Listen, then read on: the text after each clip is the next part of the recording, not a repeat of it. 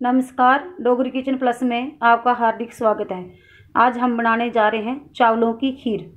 मैंने ये चावल ले ली है, एक कटोरी चीनी ले ली है, पंजीरी ले ली है, बादाम लिए है और ये अयोध्या से चावल आए थे, ये ले लिए। अभी ये भी मैं इसके साथ मिक्स कर रही हूँ, ये भी डाल दूँ। अब मैं इस चावलों को वॉश कर लूँगी। चलिए अब इसे वॉश करते हैं।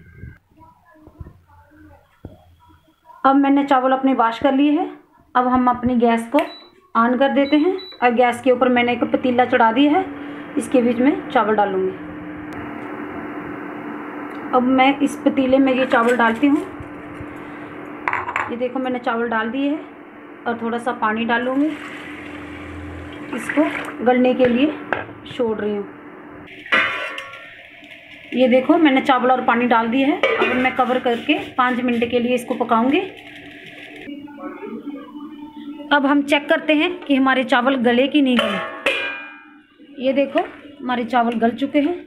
अब हम इसमें डाल देंगे जो मैंने पंजीरी ली थी, वो डाल रही हूँ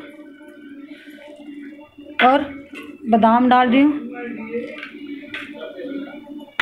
और साथ में दूध डाल रही हूँ।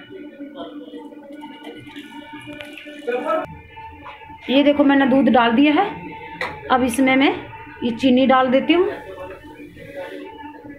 अभी इसको थोड़ा सा पकने देते हैं, थोड़े से रस्ट कर देते हैं, इसको पकने देते हैं थोड़ा।